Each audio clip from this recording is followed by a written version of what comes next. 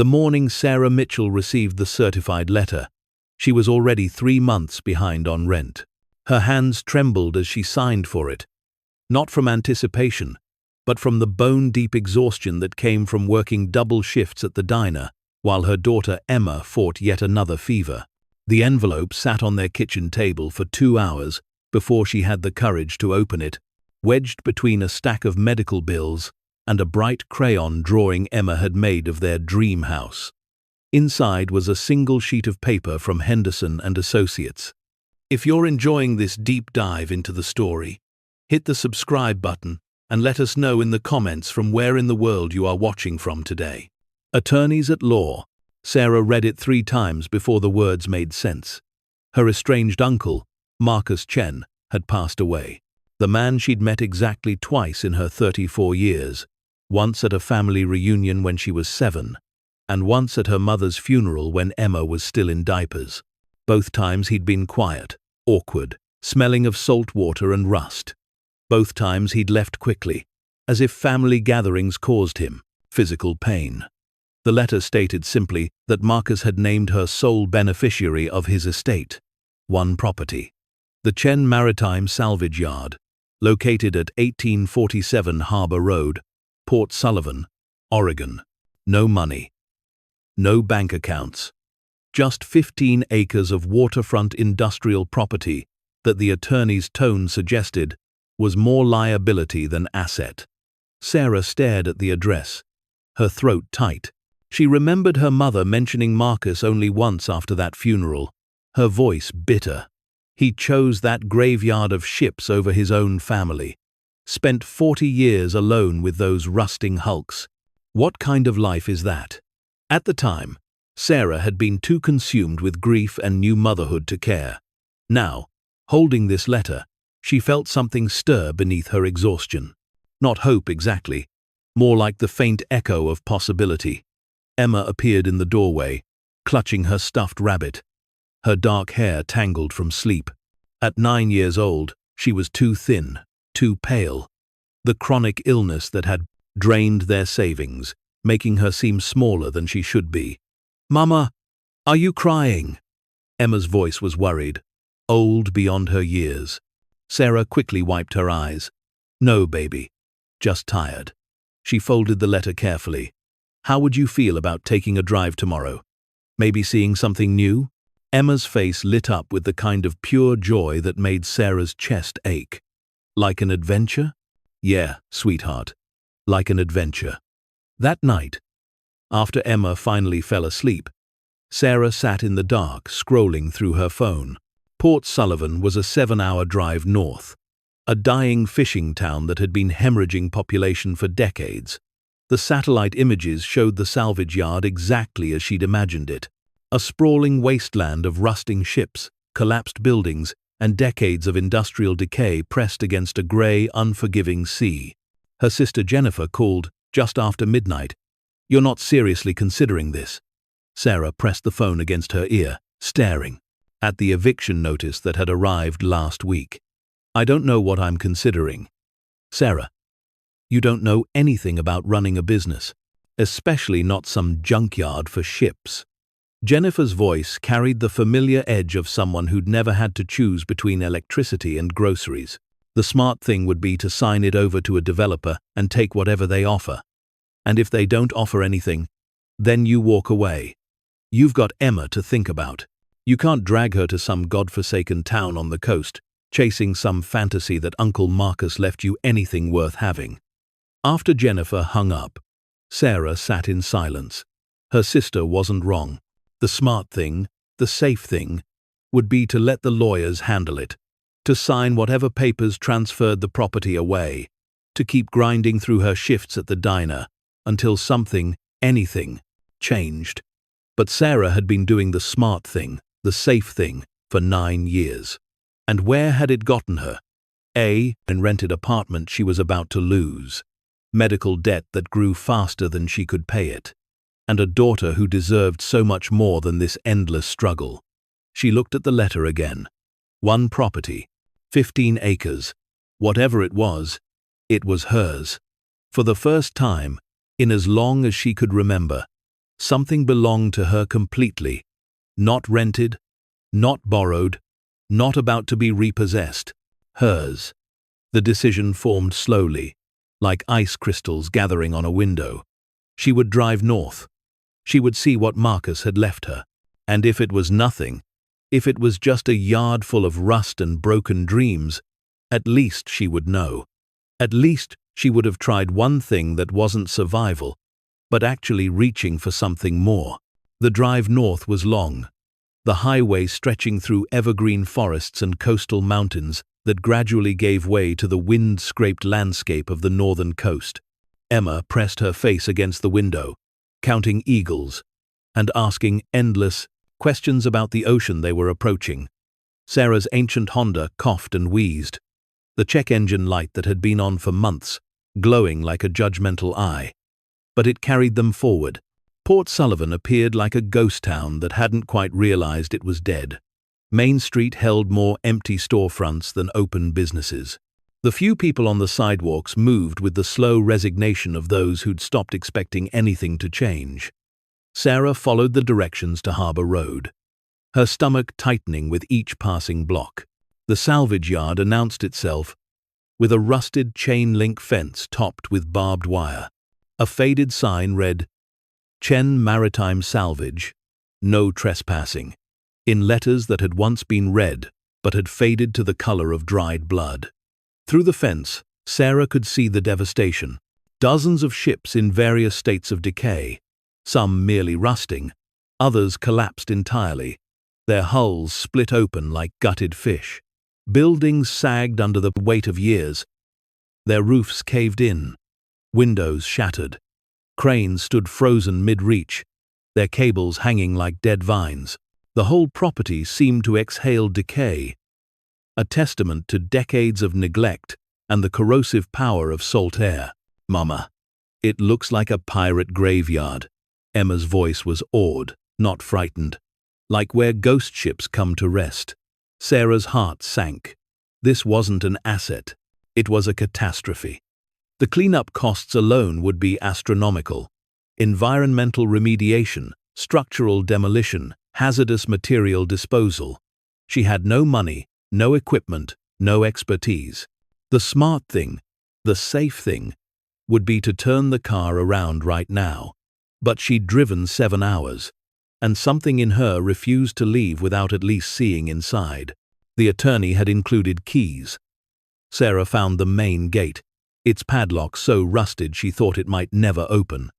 But after several attempts, it surrendered with a screech of protesting metal. She drove the Honda through, Emma, bouncing excitedly in her seat, and parked near what appeared to be the main office. A single-story building with a sagging porch and windows so salt-crusted they were opaque. The air here tasted of brine and rust, thick enough to coat the back of her throat. Seabirds wheeled overhead, their cries sharp and mocking. As Sarah helped Emma from the car, a voice called out, "You must be Sarah Mitchell." An elderly man approached, his face weathered like driftwood, wearing coveralls that had probably been blue once, but were now a universal shade of work-stained grey. His eyes, though, were sharp and clear. "I'm Robert Fisk. I was your uncle's. I suppose you'd call me his only employee." He extended a calloused hand. "Though he hadn't been able to pay me in about 6 months. I just kept coming anyway. Somebody had to watch the place." Sarah shook his hand, noting the strength in his grip despite his age. "I appreciate that, Mr. Fisk.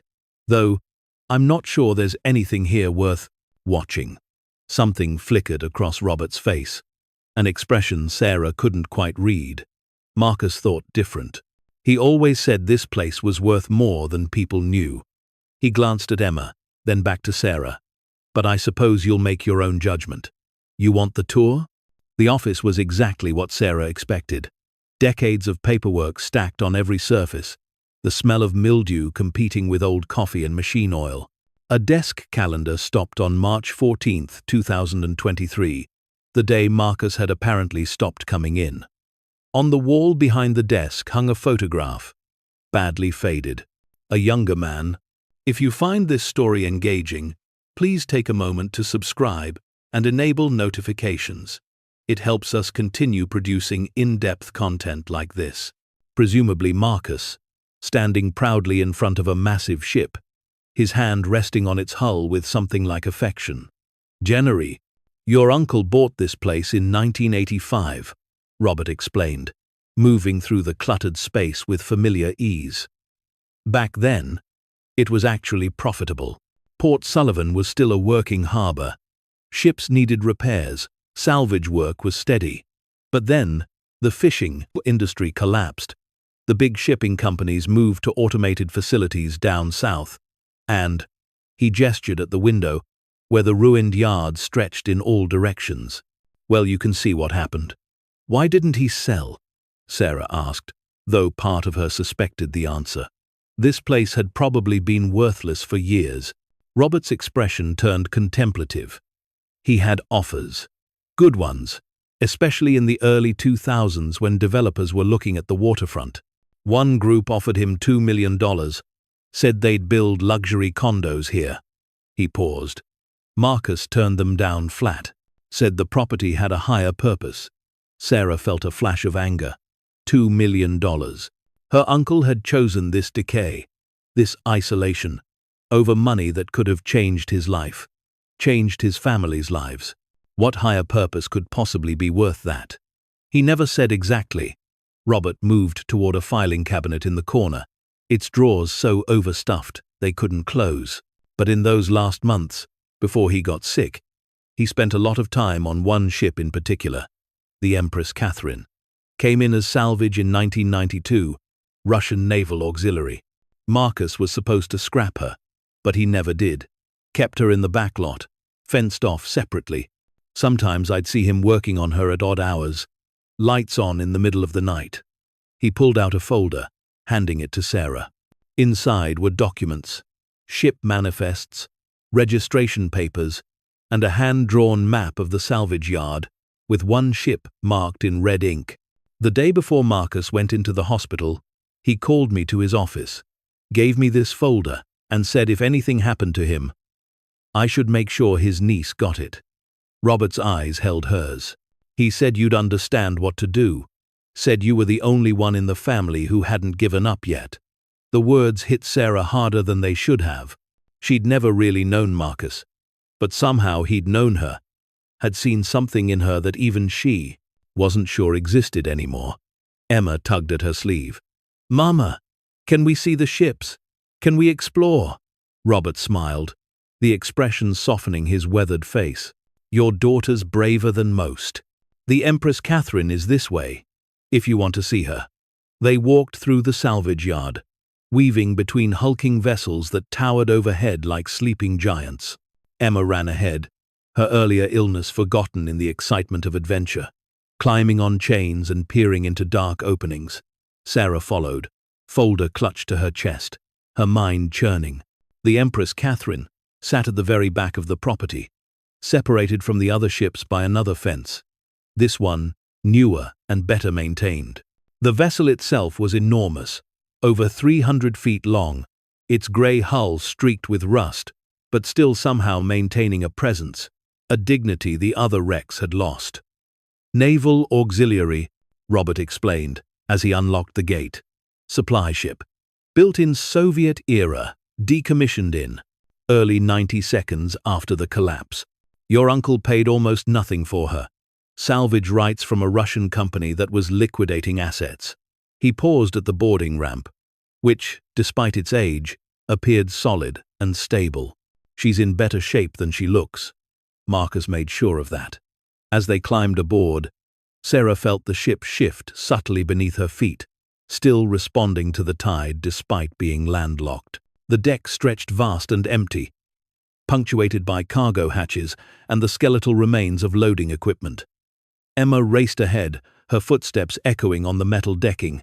"Careful, baby," Sarah called, but her attention was drawn to something Robert was pointing at. A hatch near the bow stood partially open, light spilling down into darkness below. "Marcus's workshop," Robert said. He spent most of his time down there these last few years. They descended carefully, the metal ladder cool beneath Sarah's hands. The space below defied her expectations. Instead of the rusted, water-damaged chaos she anticipated, she found a surprisingly clean workshop. LED work lights had been installed. Tools hung neatly on wall-mounted racks, and in the center of the space sat a massive safe, the kind you'd find in a bank vault, welded directly to the ship's frame. Sarah stared at it, her heart suddenly pounding. "What is this?" Robert's expression was carefully neutral. "That? I don't know. Marcus installed it about 5 years ago. Had it brought in by a specialty company from Seattle. Cost him a fortune. Money he clearly didn't have to spare. But he never told me what was inside. Said it was for you to discover." On the safe's door, a modern electronic keypad glowed softly. Below it, a brass plaque had been mounted, engraved with simple words, "For Sarah Chen Mitchell, the daughter your mother should have been. Trust yourself." Sarah's throat closed. She'd never known Marcus had cared about her existence, had never imagined he'd been paying attention to her life. And yet here was proof he'd not only known who she was, but had thought about her, had planned for this moment. Emma pressed close to her side, staring up at the safe with wide eyes. "Is it treasure, Mama? Like in the stories?" "I don't know, baby." Sarah's hand trembled as she reached for the keypad. But what would the code be? She'd barely known the man. Robert cleared his throat gently. "Your birthday is on file with the attorney. March 7th, 1990. Maybe try that?" Sarah typed in 030790. The keypad beeped negative. She tried it backward. Still nothing. Her daughter's birthday, her mother's birthday, every combination she could think of, all rejected. Then she remembered something. The photograph in Marcus's office. The date on the calendar where time had stopped. March 14th. The day he'd last come to work. She tried 031423. The safe emitted a different sound. A series of mechanical clicks as heavy bolts withdrew. The door, despite its weight, swung open smoothly on well-oiled hinges. Inside, the safe was lined with waterproof containers, each labeled in Marcus's precise handwriting. Sarah pulled out the first one, her hands shaking, and opened it carefully. Maps. Dozens of them. Hand-drawn with meticulous detail, showing the interior of the Empress Catherine. Sections, marked in red ink. Annotations in both English and what looked like Russian. One particular area, deep in the ship's lower holds, was circled repeatedly, with a single word written beside it in capital letters. Verification. Robert leaned closer, studying the maps. His face had gone pale. Jesus, he actually found it. Found what? Sarah's voice came out barely above a whisper. The rumor. Robert's words were slow, careful. When Marcus first acquired this ship, there was talk. Stories from the Russian crew, whispers that the Empress Catherine had been carrying something valuable when she was decommissioned. But everyone assumed it was just stories. The kind of legends that always surround old military vessels. He pointed to the map, to the circled section. That's Hold 7. It's been sealed since the ship arrived here. Marcus told me it was structurally unsound, too dangerous to enter. But if these maps are accurate... Sarah pulled out another container. Inside were photographs, recent ones taken with a digital camera. Images of a space deep inside the ship, illuminated by work lights. And there, stacked floor to ceiling, were wooden crates, each marked with Cyrillic text and what appeared to be Russian military insignia. Her breath caught. What is this? Robert was already pulling out his phone, fingers flying as he searched something. His face went from pale to ashen. According to naval records, when the Soviet Union collapsed, a lot of their assets simply vanished. Ships, equipment, even stockpiles of precious materials they'd accumulated during the Cold War. The Empress Catherine was supposed to have been empty when she was sold for salvage.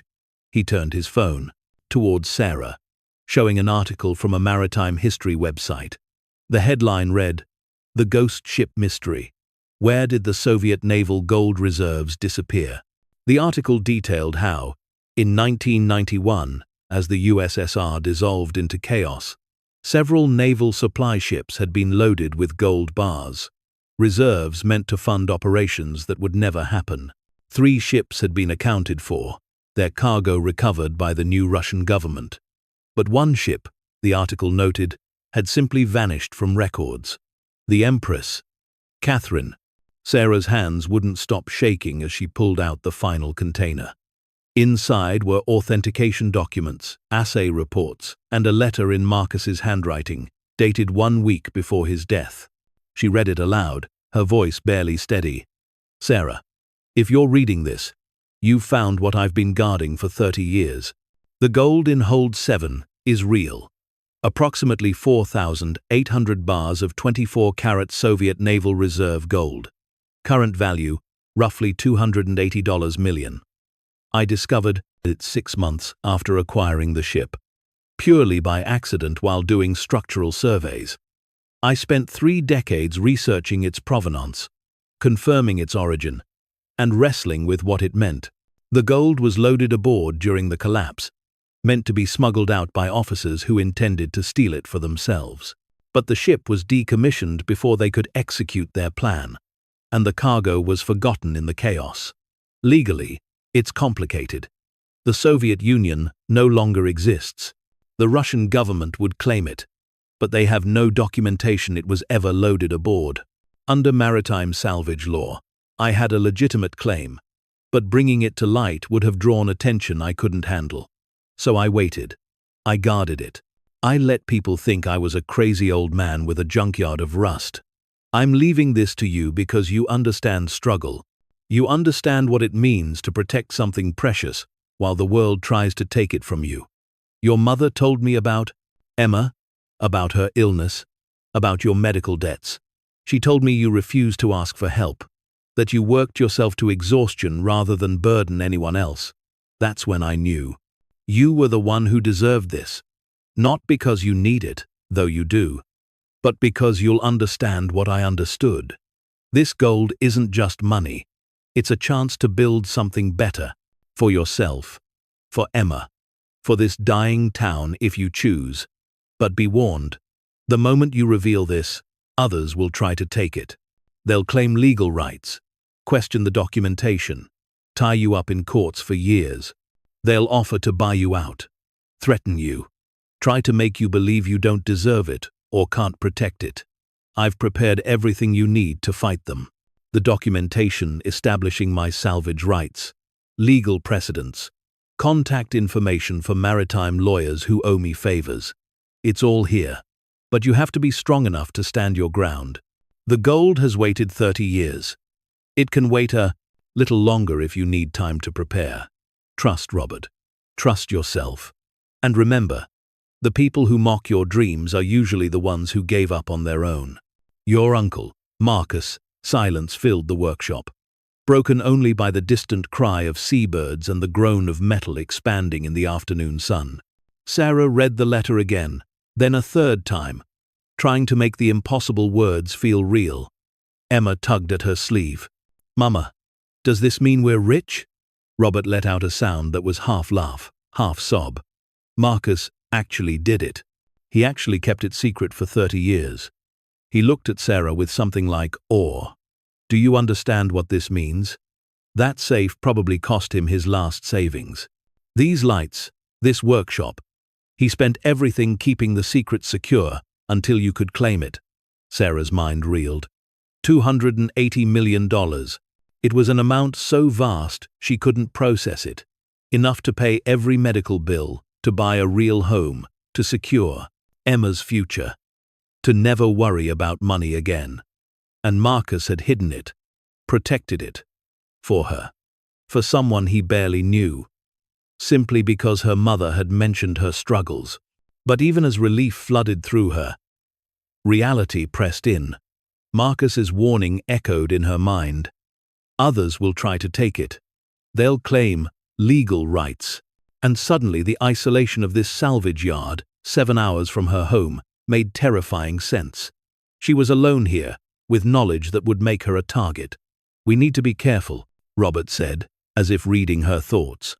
"We can't tell anyone about this until we've secured legal protection. Once word gets out, this place will be swarmed." Sarah nodded, her mind already racing ahead. But before she could respond, Emma gasped, pointing toward the ladder. "Mama, someone's coming." Footsteps echoed on the deck above, confident and purposeful. Multiple sets. Sarah's heart rate spiked as she quickly closed the containers, shoving them back into the safe. Robert moved to stand between her and the ladder, his weathered face hardening. A man's voice called down, smooth and professional. "Hello? Is someone down there? We're looking for the property owner." Sarah exchanged a glance with Robert, then climbed the ladder, Emma close behind her. On the deck stood 3 people, 2 men in expensive suits that looked absurdly out of place on the rust-streaked ship, and a woman with sharp eyes and an appraising expression, dressed in business casual, that somehow made her seem even more predatory. The taller man smiled, extending his hand. "You must be Sarah Mitchell. I'm David Garrison, from Garrison and Associates Real Estate Development. These are my colleagues, James Chen and Patricia Morrison." Sarah didn't take his hand, her guard instantly up at the convenience of their timing. "How did you know I was here?" "Small town." Garrison's smile didn't waver. "The attorney's office mentioned you'd be visiting to assess the property. We wanted to introduce ourselves before you made any hasty decisions." "Hasty decisions?"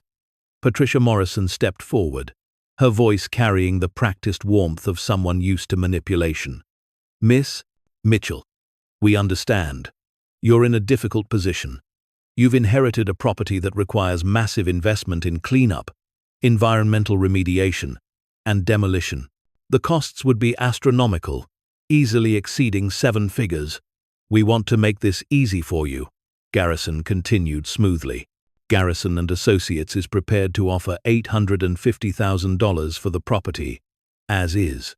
We'll handle all the cleanup, all the legal requirements. You walk away with nearly $1 million. No strings attached." The number should have seemed huge. 6 months ago, it would have seemed impossible. But now, standing on a ship that contained $280 million in gold, it felt insulting, almost comical. "That's very generous," Sarah said carefully, keeping her expression neutral. "But I just arrived. I need time to assess everything before making any decisions." The 3 exchangers' glances, their choreographed friendliness slipping slightly. James Chen, who'd been silent until now, spoke with barely concealed impatience. "Miss Mitchell, there's really nothing to assess. This is a contaminated industrial site with multiple environmental violations. The EPA could demand cleanup tomorrow that would bankrupt you. Our offer is more than fair." "I'm sure it is." Sarah's voice hardened. "But the property is mine, and I'll take whatever time I need to make an informed decision. Now, if you'll excuse me, I need to finish my assessment." Patricia's warmth evaporated entirely. "We're trying to help you avoid a costly mistake. If you wait too long, the offer might not stand. These properties decline in value rapidly." Robert appeared at the top of the ladder, his presence solid and protective. "The lady said she needs time. I suggest you folks head back to wherever you came from." Garrison's smile turned cold. "And you are? Someone who knows this property a lot better than you do." Robert crossed his arms. "Someone who knows Marcus Chen didn't spend 30 years here for no reason." The statement hung in the air, loaded with implication. Garrison's eyes narrowed fractionally before his professional mask returned. "Of course. We apologize for the intrusion. Miss Mitchell, please, take your time." He produced a business card, holding it out. "But do call us when you're ready. We really do want to help." Sarah took the card only to avoid further confrontation. The 3 visitors departed, their footsteps echoing across the deck and down the boarding ramp. But she noticed Patricia Morrison pause at the gangway, her eyes scanning the ship's hull with an intensity that made Sarah's skin crawl. When they were finally gone, Robert let out a low whistle. That was fast. Too fast. They knew. Sarah's voice was barely a whisper. Somehow, they know what's down there. Maybe. Or maybe they're just vultures who always circle when property changes hands. But Robert's expression suggested he didn't believe his own words. That night, Sarah refused to leave the salvage yard. She sent Emma to sleep in the car, wrapped in blankets, while she and Robert took turns keeping watch from the office. The darkness pressed close around the property, punctuated by the distant sound of waves and the groan of shifting metal. Robert made coffee on a small camp stove, the bitter smell mixing with the salt air. Marcus used to do this, he said quietly. Stay here overnight, watching. I thought he was just paranoid, an old man who'd been alone too long, but he was protecting the gold. For 30 years. Sarah wrapped her hands around the warm mug, still trying to comprehend that kind of dedication. He gave up everything for this. Not everything. He gave up the ordinary things. Family, comfort, an easy life. But he kept his purpose. And in the end, he passed it to someone he trusted to understand. Robert's weathered face was thoughtful in the lamplight. Question is, what are you going to do now? Sarah thought of the letter, of Marcus's warnings, of the predatory speed with which Garrison and his associates had appeared.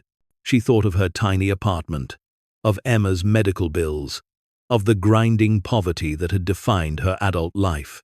And she thought of Marcus, alone in this salvage yard for 3 decades, guarding a secret worth dying for.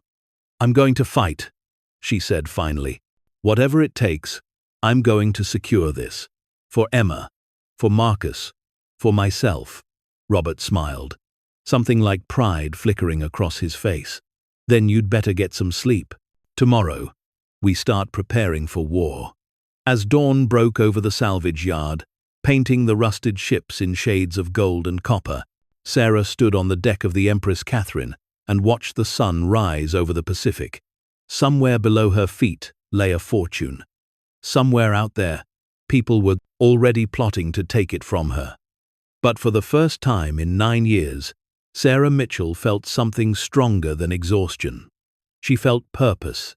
She felt Marcus's legacy flowing through her, the stubbornness and strength that had sustained him through decades of isolation. The gold had waited 30 years.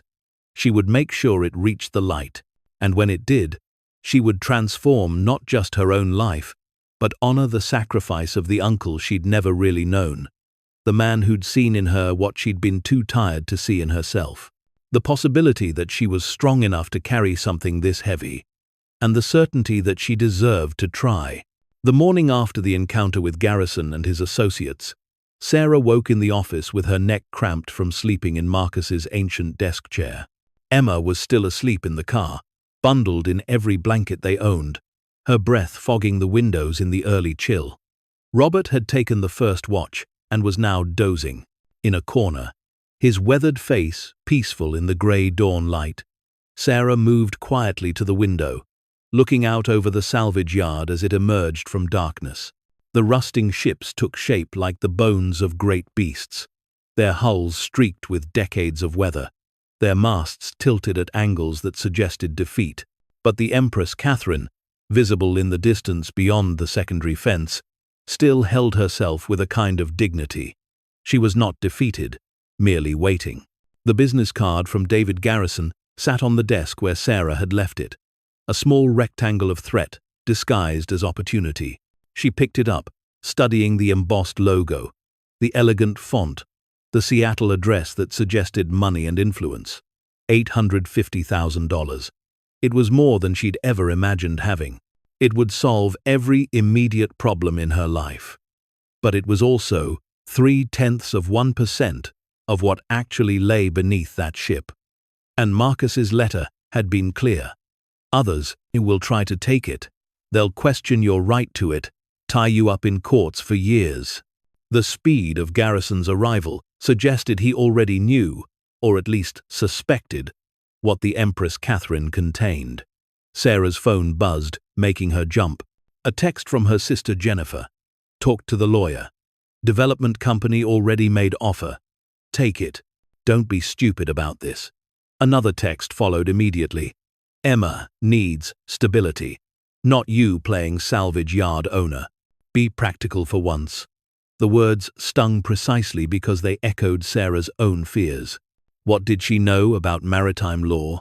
About salvage rights? About protecting a fortune that men had probably killed for?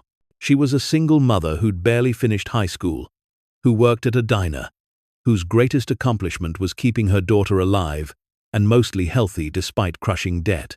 But Marcus had thought she was strong enough. He'd chosen her specifically, over anyone else in their family, to carry this burden forward. Emma stirred in the car, sitting up and rubbing her eyes. When she saw Sarah at the window, she waved enthusiastically, her small face bright with the resilience of childhood. In that moment, Sarah's decision crystallized. She wasn't fighting for herself. She was fighting for that child, for the future Emma deserved, for the life Marcus had safeguarded so she could claim it. She texted Jennifer back. I'm not selling yet. Need to understand what I have first. The response came within seconds. You're making a huge mistake. Sarah turned off her phone. Robert woke as the sun fully rose, stretching with audible pops from his joints. Morning. We survived the night without incident? So far. Sarah filled him in on Jennifer's texts, watching his expression harden. Family always thinks they know better. He moved to the coffee pot, still warm from the camp stove. My kids wanted me to retire 10 years ago.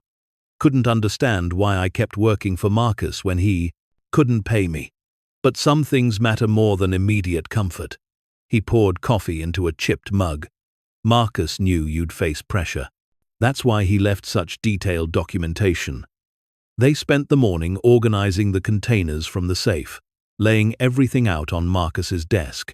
The maps, the photographs, the authentication documents, and most importantly, a thick folder labeled Legal Foundation.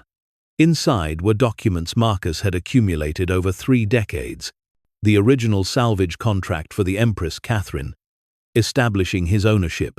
A report from an independent maritime lawyer affirming that undisclosed cargo on a salvaged vessel became property of the salvage rights holder. Precedent cases, where similar situations had been resolved in favor of the salvage company. And a letter from a law firm in Seattle, dated just 3 months before Marcus's death, confirming they would represent his chosen beneficiary in any dispute over the Empress Catherine's contents. He really did prepare everything, Sarah whispered, reading through the legal analysis. He knew exactly what would happen when this came to light. Robert nodded grimly. Marcus was nobody's fool. Eccentric, yes. Isolated, definitely. But he spent 30 years thinking about every angle. He tapped the letter from the law firm, Brennan and Associates. They're one of the top maritime law practices on the West Coast. Expensive. But Marcus had apparently been paying them a retainer for years, waiting for this moment. Sarah's phone, which she'd turned back on to check the time, began buzzing incessantly. Texts from Jennifer, missed calls from numbers she didn't recognize, and then a voicemail from an unknown Seattle number. She listened with growing unease.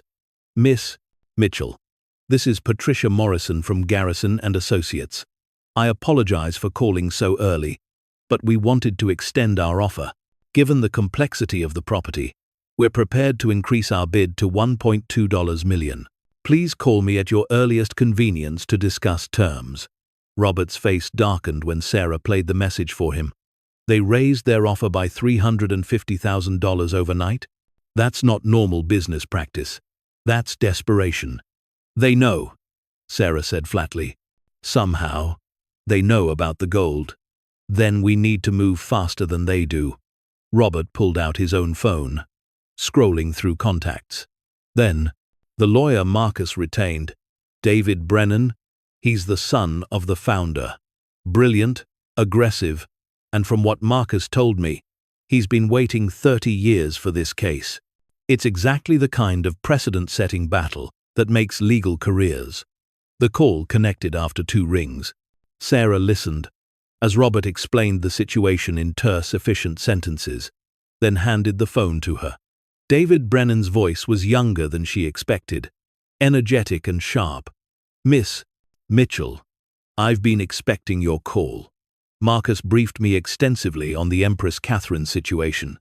I'm prepared to travel to Port Sullivan immediately to begin securing your claim. But I need to know first, have you verified the cargo's existence yourself?" "Yes. Yesterday. Everything Marcus documented is accurate." "Excellent." The satisfaction in Brennan's voice was palpable. "Here's what's going to happen. Garrison and Associates and whoever they represent are going to escalate quickly. They'll pressure you. They'll threaten legal action. They may even attempt to access the ship themselves. We need to establish immediate legal barriers and get proper security on site." "I don't have money for security," Sarah admitted, embarrassment heating her face. "Marcus's retainer covers initial costs. Once we authenticate the cargo and file the appropriate claims, you'll have access to immediate liquidity through legal channels. But first, we secure the site." Brennan's tone turned serious. "Miss Mitchell, I need you to understand something. The moment we file papers asserting your salvage rights to the cargo, you'll become a target. Not just from opportunistic developers, but potentially from the Russian government, from treasure hunters, from every bottom feeder who thinks they can bully or sue their way to a fortune. This will not be easy." Sarah looked through the window at Emma, now awake and exploring the yard under Robert's watchful eye, her daughter's laughter carrying across the rusting landscape. "I understand. When can you get here?" "I'm leaving Seattle in 20 minutes. I'll be there by early afternoon. Don't talk to anyone else. Don't accept any offers. And don't let anyone onto that ship. Especially don't let anyone near Hold 7. After the call ended, Sarah felt the weight of reality settling over her. This was really happening. She was about to declare ownership of $280 million in gold that multiple parties would fight to claim. She thought of Marcus, alone in this salvage yard for 30 years, bearing this knowledge in silence. Had he been scared? Had he wanted to give up? The door burst open, making her jump. Emma rushed in, cheeks flushed with excitement. "Mama! Mr. Robert showed me the ship graveyard. There's a huge one that he says was a fishing boat, and another one that came from Russia." She paused, catching her breath. "Can we stay here? Can this be our new home?" The innocent question pierced Sarah's heart.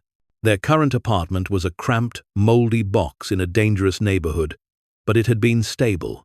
This salvage yard was a battlefield she was about to make infinitely more dangerous. "We'll see, baby. It's complicated. You always say that, when you mean probably not." Emma's face fell. "But I like it here. It feels like an adventure. Like we're explorers finding treasure." "We are," Sarah said softly, pulling her daughter close. "But sometimes, treasure brings trouble too." The morning passed in tense preparation. Robert showed Sarah around the property, pointing out security vulnerabilities and places where someone could access the Empress Catherine without being seen from the office. The salvage yard sprawled over 15 acres, much of it impossible to monitor without proper equipment. Marcus had motion sensors installed around the Catherine, Robert explained, leading her to a small shed near the secondary fence. Inside was a bank of outdated security monitors, most displaying static. "But the system's ancient. Half the cameras are dead. He couldn't afford to upgrade." Sarah studied the monitors, noting the blind spots. If someone wanted to get to the ship, they could. Easily. Especially at night. Robert's weathered face was grim. That's why Marcus rarely slept. The last few years, he basically lived on that ship, standing guard. The full scope of her uncle's sacrifice hit Sarah again. 30 years of paranoia, of isolation, of choosing vigilance over comfort, all to protect something he'd never spent, never used, never benefited from. He'd lived like a pauper guarding a fortune, and he'd died without ever enjoying what he'd found. She wouldn't make the same mistake, but she wouldn't squander his sacrifice either.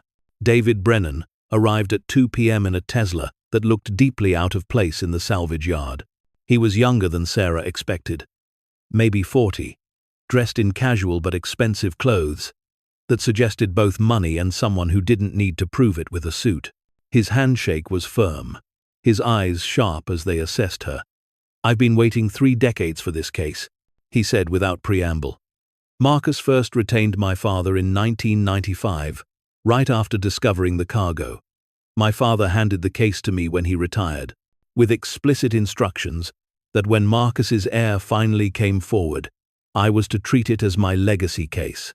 He smiled, an expression that was both warm and predatory. "Maritime salvage law is my specialty, and this situation is unprecedented. Are you ready for what comes next?" Sarah thought of her empty bank account, of Emma's medical bills, of 9 years of barely surviving. "I've been ready my whole life. I just didn't know it." Brennan's smile widened. "Good. Then let's go meet your fortune." The descent into the Empress Catherine's lower hold was treacherous. Marcus had maintained the access route, but decades of seawater corrosion made every step uncertain. Brennan followed Sarah and Robert down multiple levels, through passages that grew increasingly claustrophobic, until they reached a sealed hatch marked with Russian text and warning symbols. "Hold 7, Robert confirmed. "Marcus showed me this once, about 5 years ago, made me swear never to tell anyone." The hatch required 2 keys, both of which Marcus had left in the safe. Sarah's hands trembled as she turned them in sequence, hearing heavy locks disengage. Then Robert and Brennan helped her pull the hatch open, its weight enormous, and together they shone their flashlights into the darkness beyond. The lights revealed a space the size of a large warehouse, stretching deep into the ship's belly.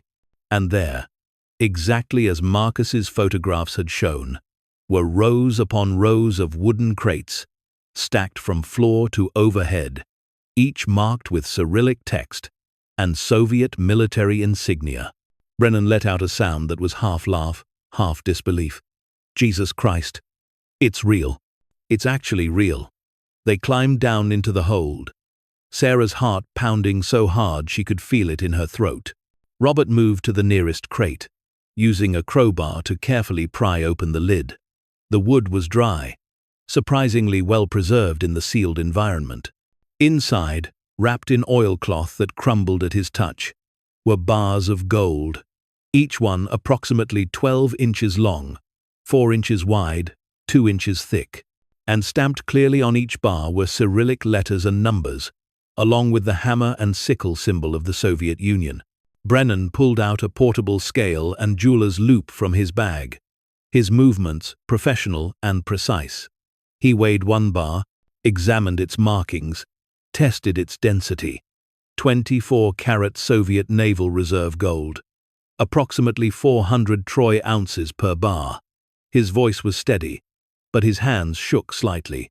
"If there are 4,800 bars, as Marcus's documentation indicates, at current gold prices, we're looking at approximately $280 million, maybe more." The number hung in the stale air of the hold, impossible and real simultaneously. Sarah reached out, touching one of the bars with a trembling finger. The metal was cold, heavy, absolutely solid. 30 years ago, Marcus had stood where she stood now, looking at this same fortune, and he'd chosen to seal it away rather than claim it. Why? The question escaped before she could stop it. Why did Marcus hide this instead of bringing it forward? Brennan looked up from the bar he was examining. Because timing matters. In 1992, when he discovered this, Russia was in chaos. They would have claimed the gold aggressively, and they had the geopolitical leverage to make it stick. The US government would have likely sided with them to maintain diplomatic relations during a crucial transition period. He carefully rewrapped the bar. Marcus was patient. He waited for the right moment, the right legal landscape, and most importantly, the right heir. Someone who needed this badly enough to fight for it, but wasn't motivated purely by greed. Sarah felt tears prick her eyes. Marcus had been protecting more than gold. He'd been protecting her future, waiting for the moment when his sacrifice could actually matter. Robert cleared his throat roughly.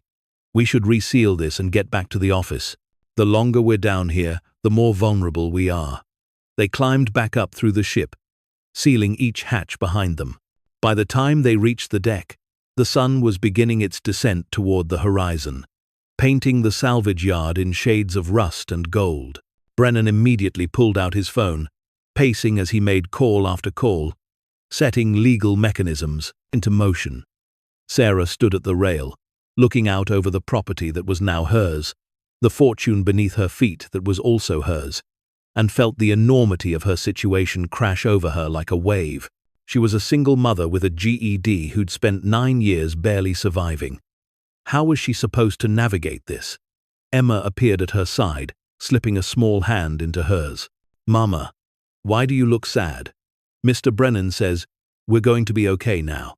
"I'm not sad, baby. Just overwhelmed. Grandma used to say that being overwhelmed means you're about to do something important." Emma leaned against her. "Is finding the treasure important?" Sarah wrapped her arms around her daughter, this small person who'd endured so much hardship with such grace. "Yes, it's important. And scary. But we're going to do it anyway. Because we're brave," Emma said confidently. "Like Uncle Marcus was brave." "Yes, baby. Like Uncle Marcus was brave." As darkness fell over the salvage yard, Brennan finished his calls and gathered them in the office. "I've filed preliminary salvage claims with the appropriate courts. I've also contacted a private security firm that specializes in maritime assets. They'll have people here by tomorrow morning." He looked directly at Sarah. "This is when things get ugly. The moment those filings hit the system, everyone with a claim, real or imagined, will come out of the woodwork." "What about Garrison?" Robert asked.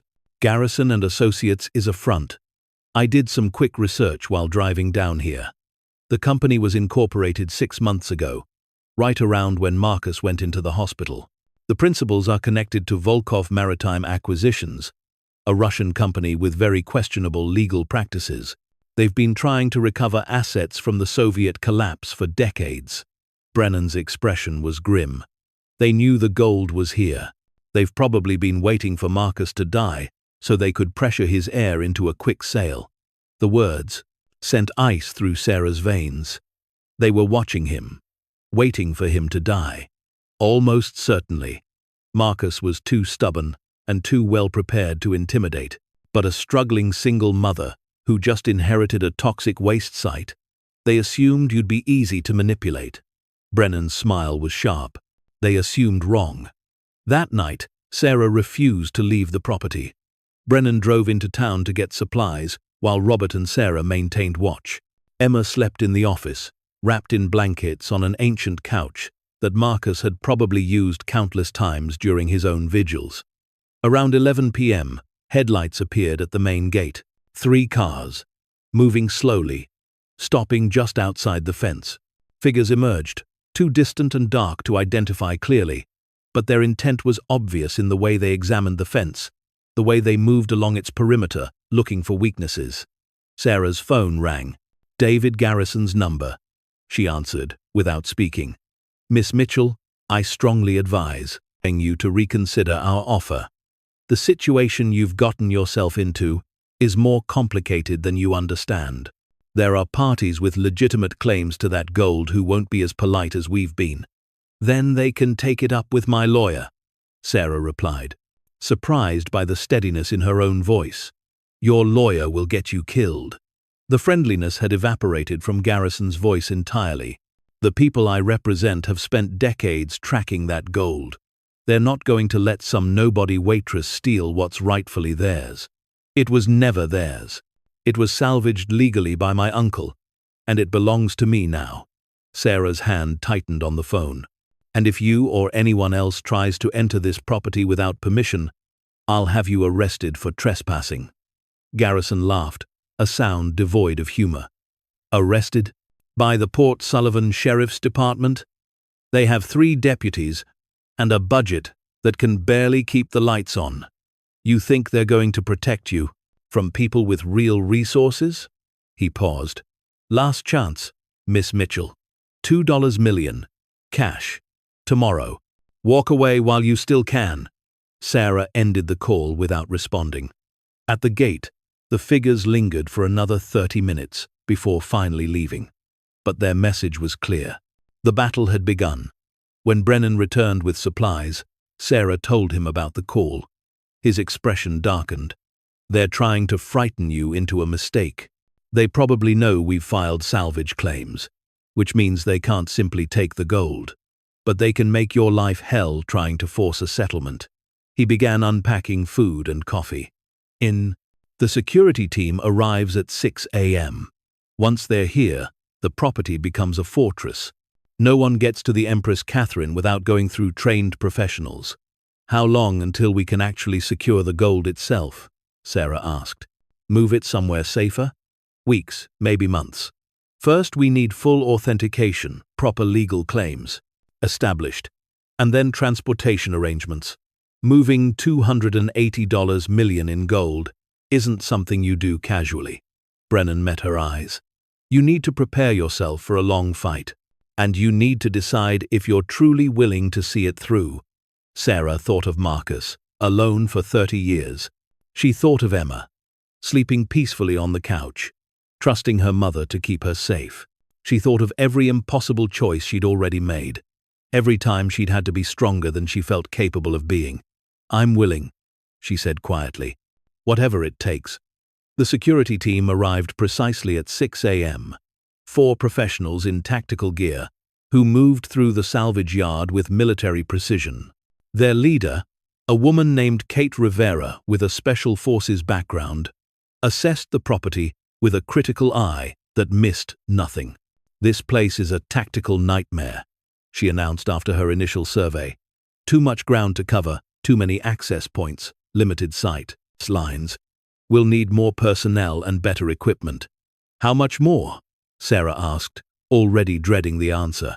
6-person team rotating shifts, proper camera system, motion sensors, the works. You're looking at about $50,000 a month. Kate's expression softened slightly at Sarah's obvious distress. But Brennan explained the situation. We're prepared to work on contingency. We get paid when you get paid. Another person betting their livelihood on her success. The weight of responsibility grew heavier. By mid-morning, the security team had established a perimeter around the Empress Catherine, installing new cameras and sensors. Kate stationed herself in the office, monitoring feeds on laptops that made Marcus's old equipment look prehistoric. Anyone comes near that ship, we'll know within seconds, she assured Sarah. The lawyer's warning proved prescient by noon. A courier arrived with legal documents. Sarah's hands shook as she read them. The Russian Federation, through a law firm in Washington, D.C., was asserting ownership of the gold, claiming it as stolen state property. They demanded immediate cessation of all salvage activities and threatened criminal prosecution for theft of national assets. Brennan read the documents with barely concealed excitement. This is exactly what we expected, and exactly why we'll win. The Soviet Union no longer exists, and the Russian Federation has no documentation proving the gold was ever officially loaded aboard the Empress Catherine. That makes it abandoned cargo on a legally salvaged vessel, which belongs to the salvage rights holder. He looked up, grinning. They're threatening because they know their claim is weak. But before Sarah could feel relief, another courier arrived. This one bore documents from Volkov Maritime Acquisitions, claiming they had purchased the original Soviet salvage rights to the Empress Catherine, and therefore owned all cargo aboard the vessel. That's an interesting lie, Brennan mused, scanning the paperwork. I'll need to verify, but I'm almost certain those salvage rights were never transferred. Volkov is trying to manufacture a claim. He made notes rapidly. We respond aggressively to both. Make it clear you're not intimidated and you have the legal foundation to prevail. The day dissolved into a blur of legal maneuvering. More claims arrived. A group calling itself the Soviet Naval Veterans Fund claimed the gold had been set aside for pension purposes. An American treasure hunting company claimed they'd been in negotiation with Marcus before his death to split the discovery.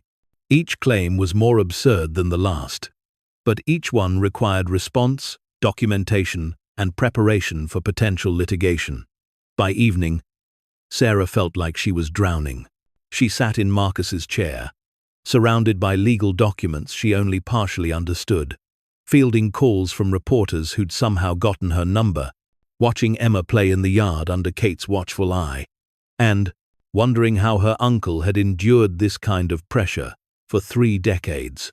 Robert found her there as the sun set, her head in her hands. "Marcus used to sit exactly like that," he said gently. "Usually after another development company made another offer, or another stranger came sniffing around asking questions. How did he stand it?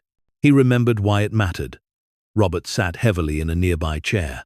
The gold wasn't the point for Marcus. It was what the gold represented. Proof that he'd found something valuable, that his life hadn't been wasted in this salvage yard. And then later, after your mother told him about you, it became about passing something meaningful forward, about making sure someone he cared about had a chance at a better life. Sarah felt tears threaten.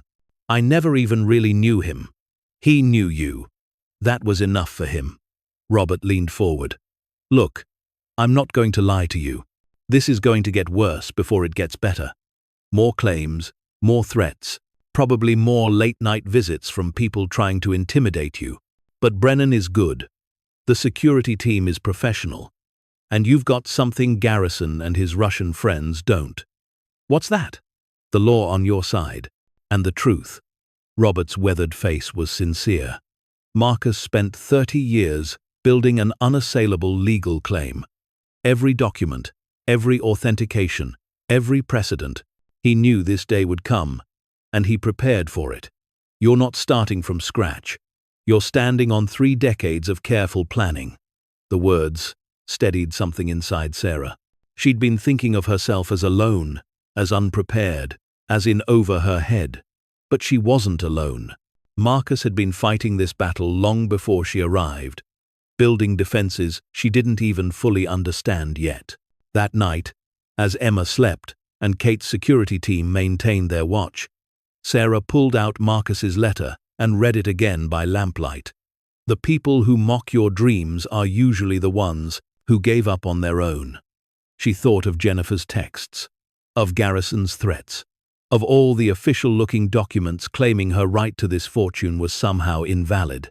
They all had one thing in common. They wanted her to give up, to accept that she wasn't worthy, to believe that someone like her couldn't possibly prevail against governments and corporations and wealth. But Marcus had believed she could. He'd bet everything on it. Sarah slept fitfully, waking several times to check the security monitors. Kate moved through the feeds with professional calm, occasionally speaking quietly into her radio to the other team members positioned around the property. "All quiet," she reported each time Sarah checked in. But at 3 a.m., the motion sensors began screaming. Kate was on her feet instantly, weapon drawn, barking orders into her radio. On the monitors, Sarah could see figures moving along the fence line, at least 6 of them, dressed in dark clothes and moving with tactical precision. "Stay in here," Kate ordered, positioning herself between Sarah and the door. "Lock it behind me." "What's happening?" "Professional crew trying to breach the perimeter." Kate's voice was ice calm. "My team will handle it. But if you hear gunfire, get your daughter and stay down." Then she was gone, moving into the night with the easy confidence of someone who'd done this countless times before. Sarah woke Emma gently, pulling her daughter behind Marcus's heavy desk, her heart pounding so hard she thought it might crack her ribs. Through the window, she could see flashlights moving, hear shouting voices, and then a sound that made her blood freeze. The unmistakable report of gunfire. 3 shots in rapid succession. Emma whimpered, pressing close to Sarah's chest. "Mama, what's happening?" "It's okay, baby. The security team is keeping us safe." Sarah tried to keep her voice steady, tried not to imagine worst-case scenarios. Then silence, heavy and terrifying. Sarah counted, her heartbeats, waiting, praying. At last, her phone buzzed. A text from Kate. Threat neutralized. Subjects fled. No one hurt. Stay inside until all clear. Sarah sagged with relief, holding Emma tight. They sat there in the darkness behind the desk for another 30 minutes, until Kate finally returned, looking unruffled despite what had just happened. They were professionals, she reported, securing her weapon. Ex-military, probably Russian based on their tactics. They got through the outer fence but retreated when my team responded with force.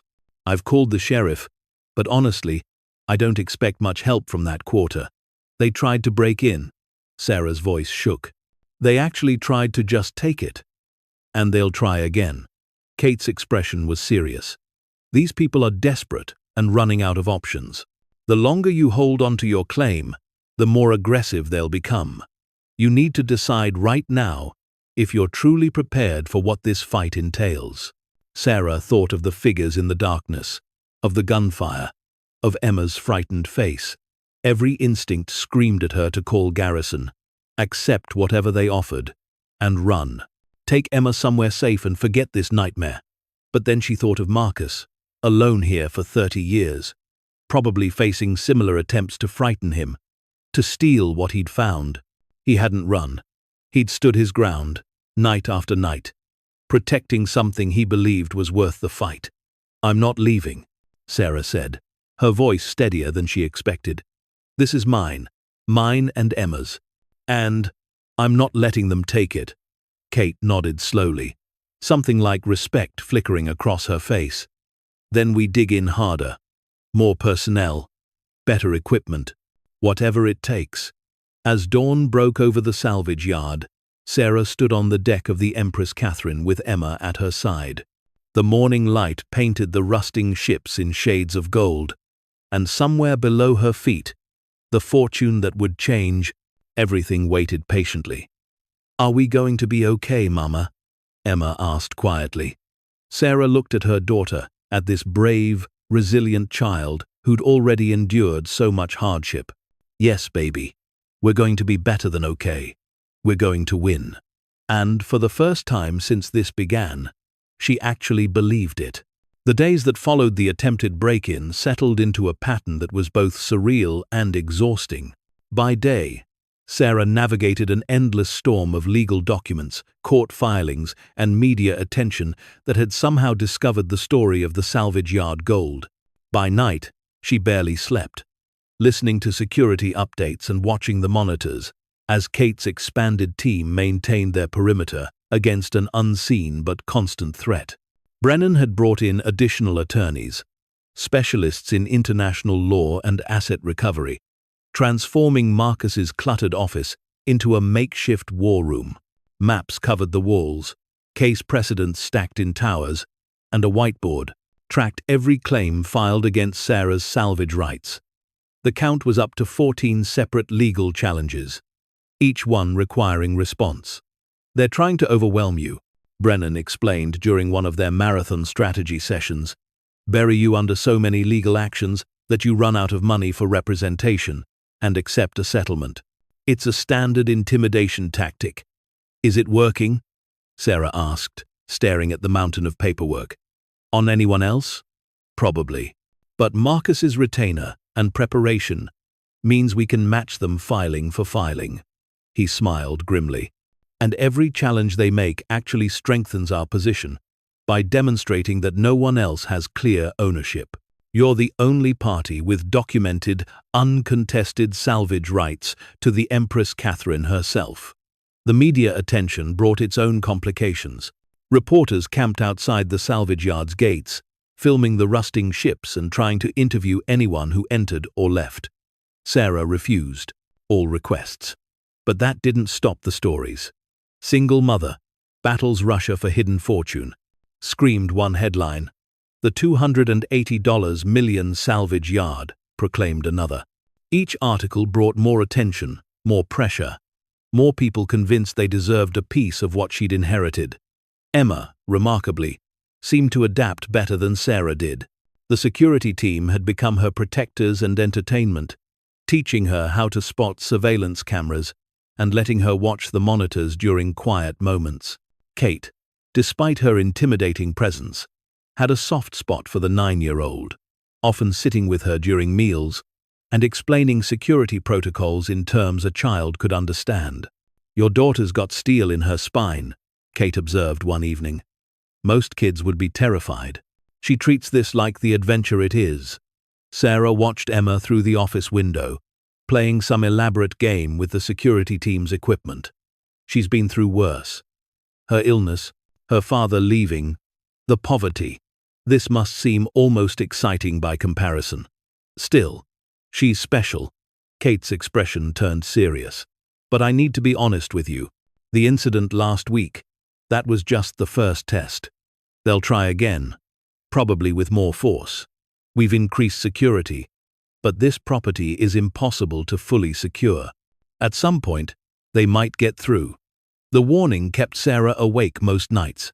She'd taken to sleeping in the office, unable to bear being separated from Emma, even though Kate assured her the child was safe in the small apartment they'd set up in one of the less deteriorated buildings.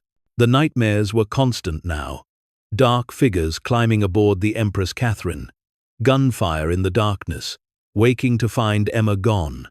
But quitting wasn't an option anymore, not just because of the money, though God knew they needed it, but because walking away now would mean Marcus's sacrifice meant nothing. 30 years of loneliness, of vigilance, of choosing duty over comfort, all wasted if she surrendered to the first serious threat. 3 weeks after the break-in attempt, the legal landscape shifted dramatically. Brennan burst into the office one morning, his expression a mixture of triumph and disbelief. The Russian government just withdrew their claim. Sarah looked up from the deposition she'd been reviewing. "What?" "They withdrew. Completely. Filed a notice that they no longer contest your salvage rights to the cargo aboard the Empress Catherine." He spread papers across the desk. "No explanation. Just a formal withdrawal. That doesn't make sense. Why would they just give up?"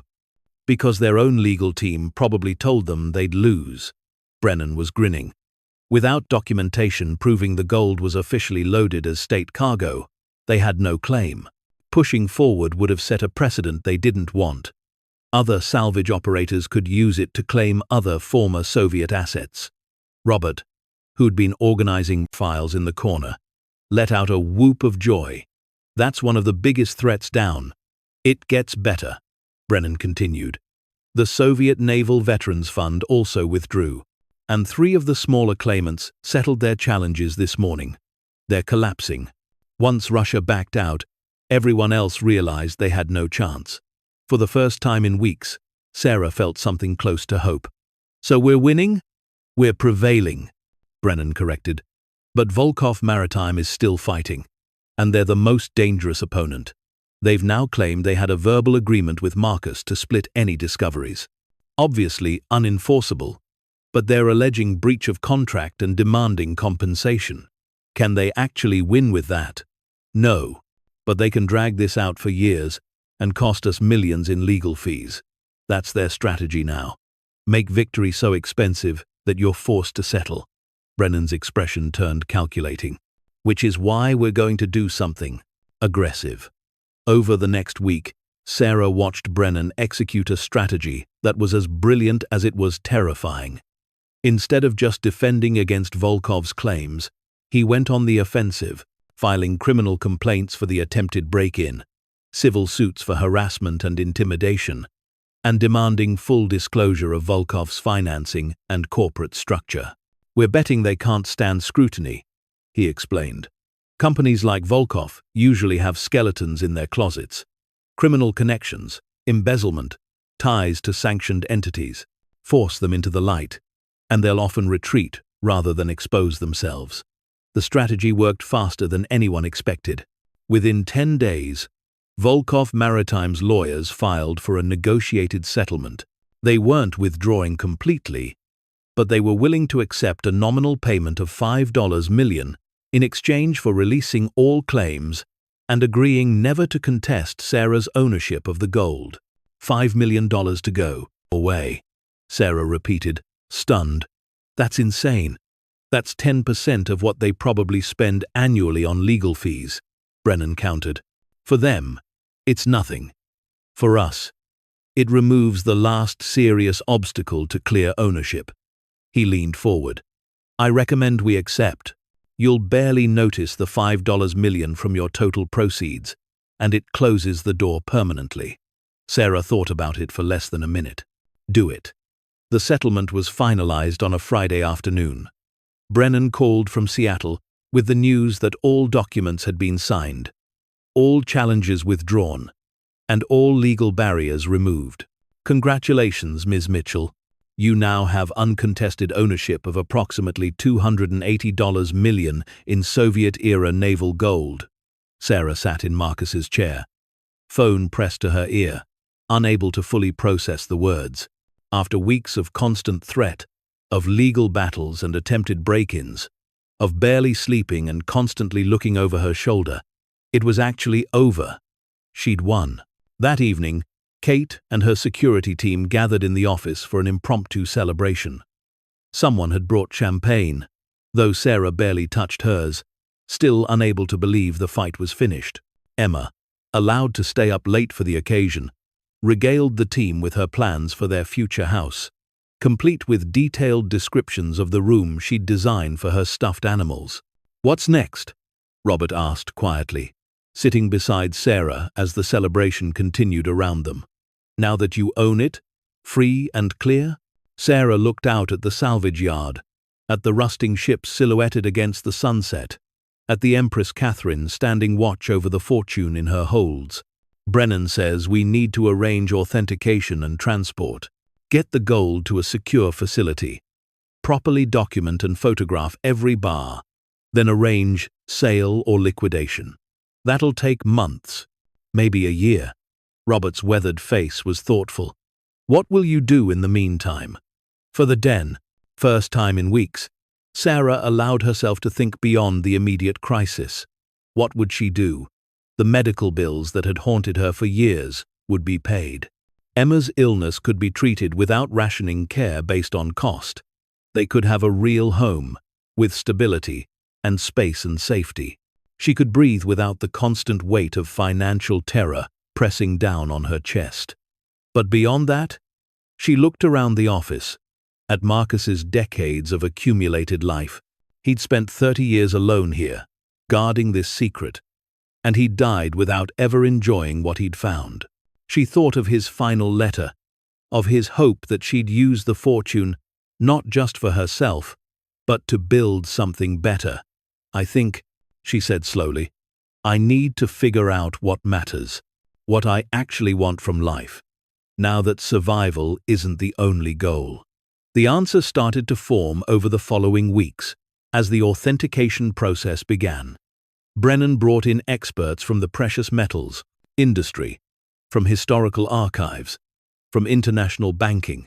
They descended into Hold 7 of the Empress Catherine in shifts, carefully cataloguing every bar, photographing every marking, building an unassailable record of exactly what Sarah owned.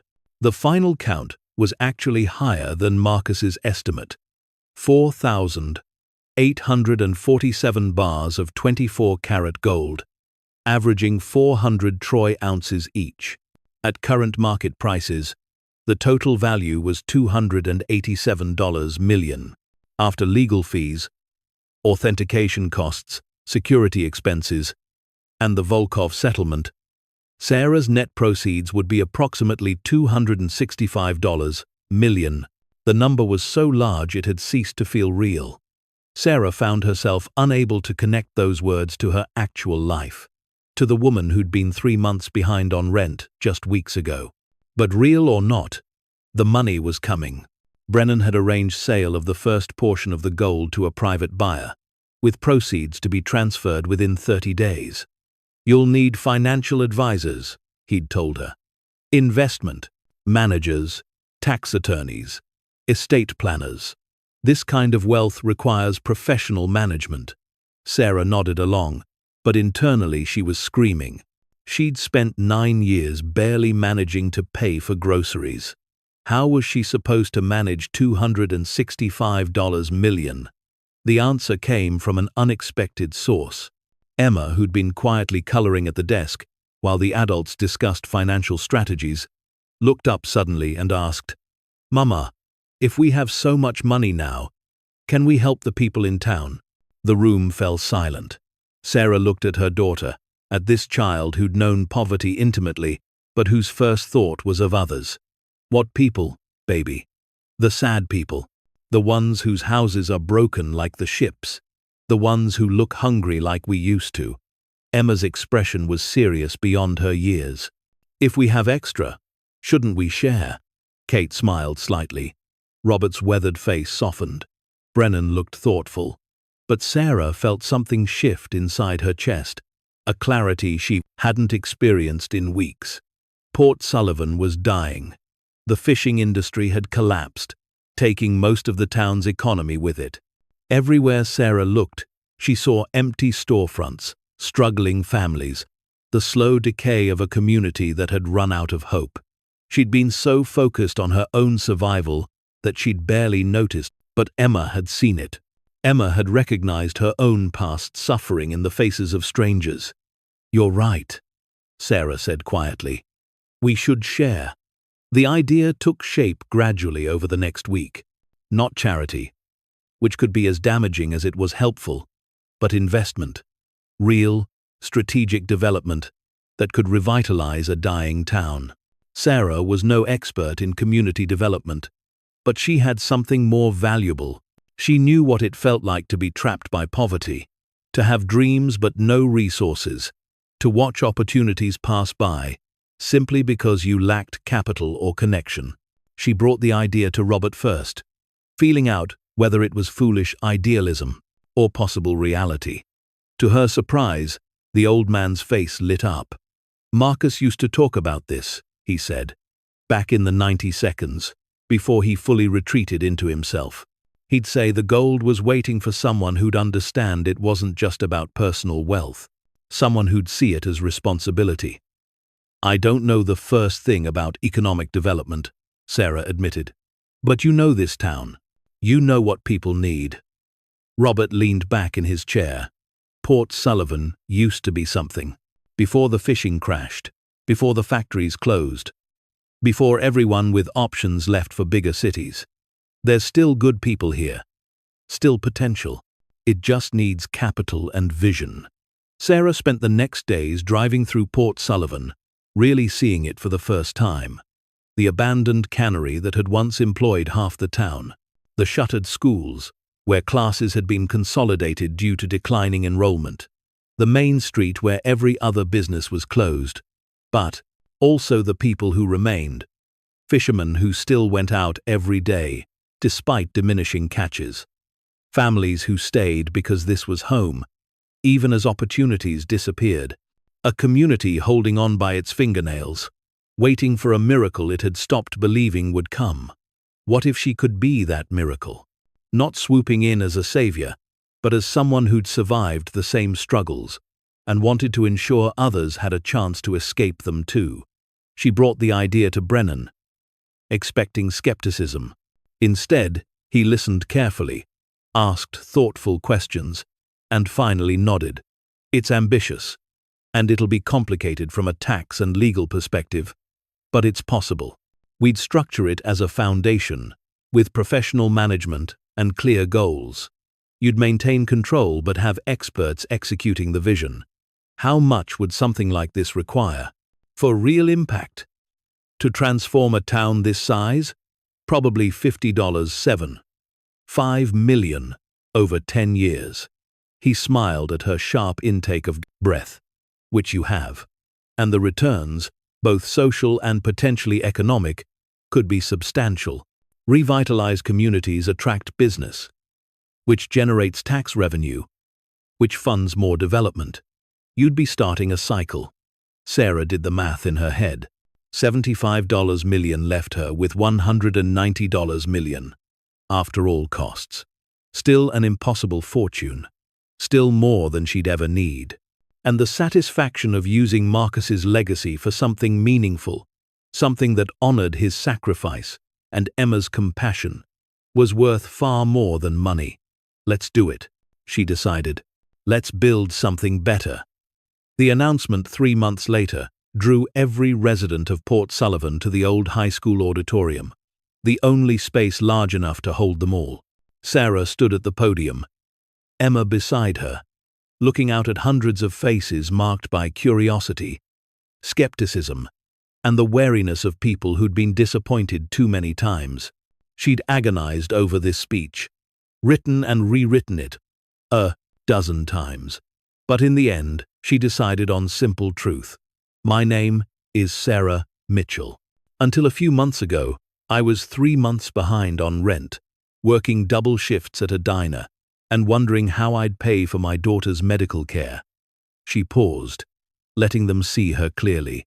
Not a wealthy benefactor, but someone like them. My uncle, Marcus Chen, left me his salvage yard. Most of you probably thought he was crazy. The weird old man at the edge of town with his rusting ships. I thought so too. Nervous laughter rippled through the crowd. But Marcus wasn't crazy. He was patient. And he was waiting for the right moment to share what he'd found. Through a series of circumstances, I'm still trying to understand. That salvage yard contained something valuable enough that I'm now able to do something I never imagined possible. She looked directly at the crowd. I'm able to invest in this town. In you. In the future Port Sullivan could have. She outlined the plan. The Mitchell Foundation would provide capital for business development, funding for anyone with a viable idea who lacked startup money.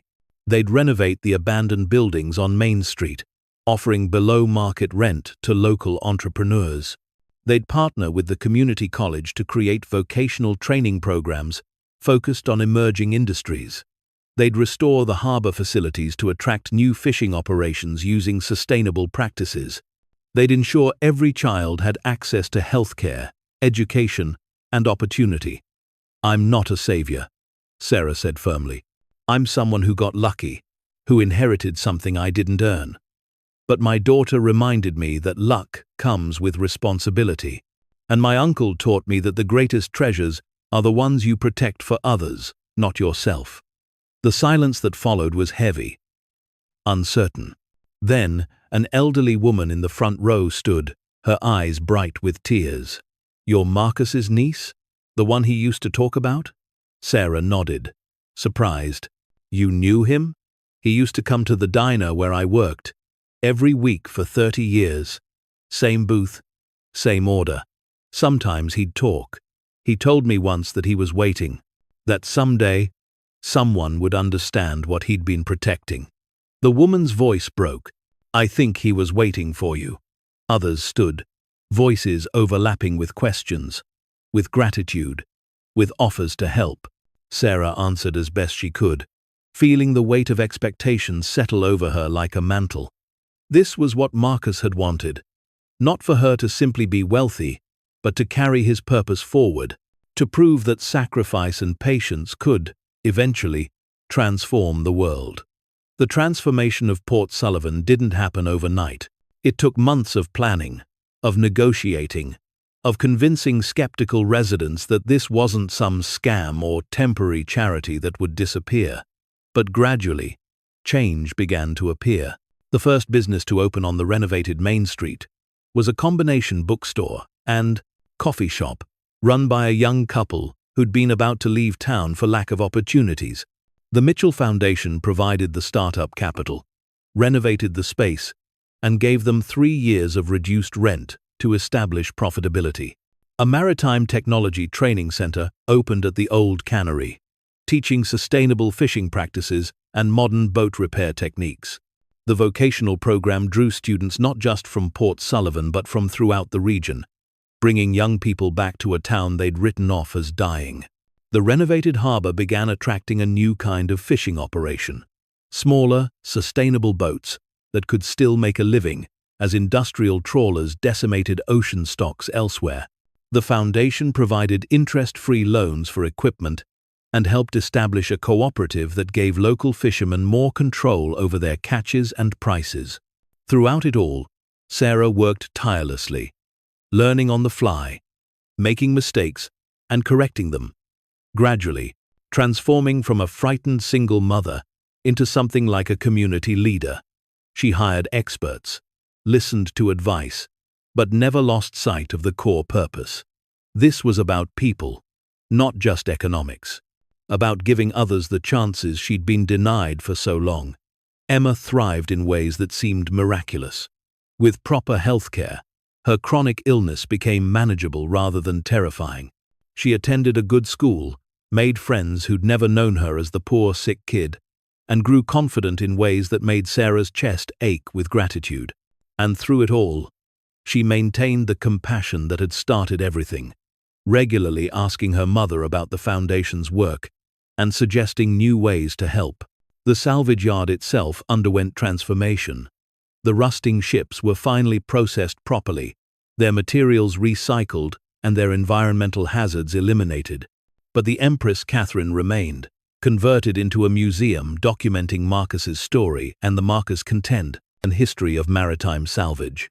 It became a tourist attraction, drawing history buffs and treasure enthusiasts from around the country, providing another small boost to Port Sullivan's recovering economy. In the ship's former workshop, where the safe had first revealed its secrets, Sarah installed a permanent exhibit. The safe itself stood open, empty now, but surrounded by photographs telling the story. Marcus, as a young man purchasing the Empress Catherine, the discovery of Hold 7, the decades of vigilance, and finally, the transfer to Sarah and the Foundation's creation. A plaque mounted beside the exhibit bore Marcus's final words to her: "The greatest treasures are the ones you protect for others, not yourself." 1 year after the initial announcement, Port Sullivan's unemployment rate had dropped by 40%. New businesses continued opening.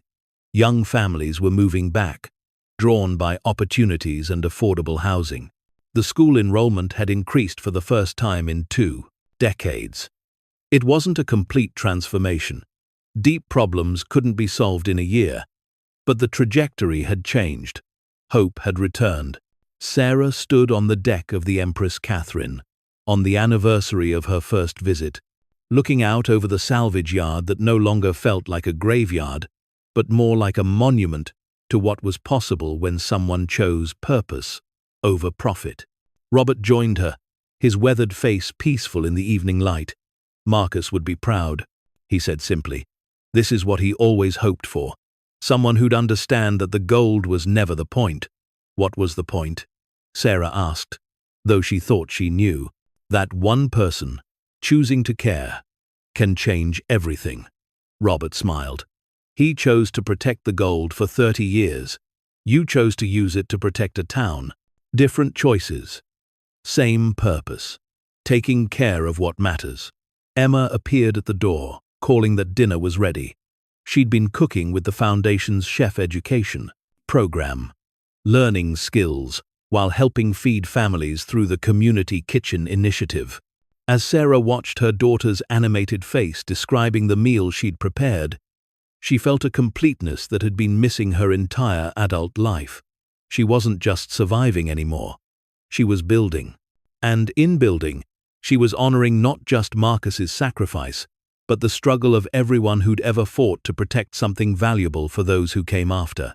That night, after Emma was asleep in their new home, modest by millionaire standards, but a palace compared to their old apartment, Sarah returned to Marcus's letter one final time.